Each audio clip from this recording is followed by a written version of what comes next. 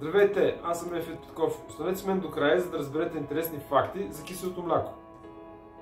Прочут руски учен доказва, че единствената храна, която би могла да ограничи развитието на гнилостните бактерии в червата ни, това е българското кисело мляко. Този факт се обосновява с изследвания върху българските столетници. А български доктор установява, че Lactobacillus bulgaricus притежава силно антимикробно действие. Консумацията му намалява нивата на холестерола. В състава си киселото мляко има бактерии, които подпомагат за храносмилането.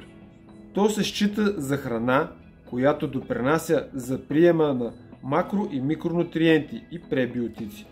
Мога още много да ви говоря за този дар от природата, но искам да разбера, сега бихте ли хапвали по-често кисело мляко? Аз съм Ефит Петков и ще съм благодарен да дадете по един лайк, както и да последвате канала ми за повече.